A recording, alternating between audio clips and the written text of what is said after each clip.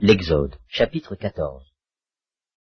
L'Éternel parla à Moïse et dit, parle aux enfants d'Israël, qu'ils se détournent, et qu'ils campent devant Pi-Hahiroth, entre Migdol et la mer, vis-à-vis de Baal-Tsephon. C'est en face de ce lieu que vous camperez, près de la mer. Pharaon dira des enfants d'Israël, ils sont égarés dans le pays. Le désert les enferme.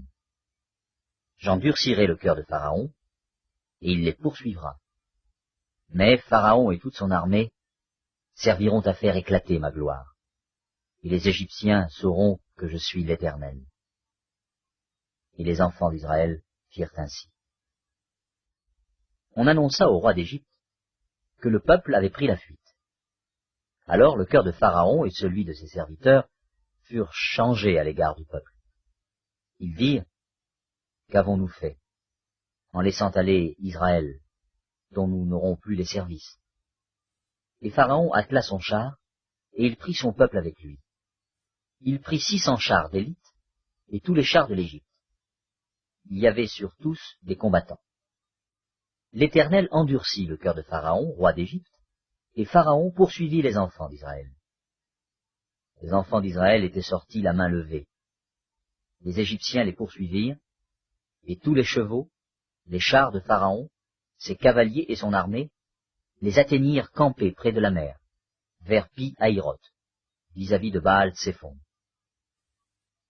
Pharaon approchait. Les enfants d'Israël levèrent les yeux, et voici, les Égyptiens étaient en marche derrière eux. Et les enfants d'Israël eurent une grande frayeur, et crièrent à l'Éternel. Ils dirent à Moïse, n'y avait-il pas des sépulcres en Égypte, sans qu'il fût besoin de nous mener mourir au désert? Que nous as-tu fait en nous faisant sortir d'Égypte? N'est-ce pas là ce que nous te disions en Égypte? Laisse-nous servir les Égyptiens, car nous aimons mieux servir les Égyptiens que de mourir au désert. Moïse répondit au peuple, ne craignez rien, restez en place, et regardez la délivrance que l'Éternel va vous accorder en ce jour. Car les Égyptiens que vous voyez aujourd'hui, vous ne les verrez plus jamais.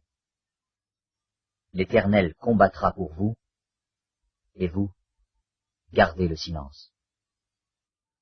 L'Éternel dit à Moïse, pourquoi ces cris? Parle aux enfants d'Israël, et qu'ils marchent. Toi, lève ta verge, étends ta main sur la mer, et fends-la. Et les enfants d'Israël entreront au milieu de la mer à sec. Et moi, je vais endurcir le cœur des Égyptiens, pour qu'ils y entrent après eux. Et Pharaon et toute son armée, ses chars et ses cavaliers, feront éclater ma gloire. Et les Égyptiens sauront que je suis l'Éternel, quand Pharaon, ses chars et ses cavaliers auront fait éclater ma gloire.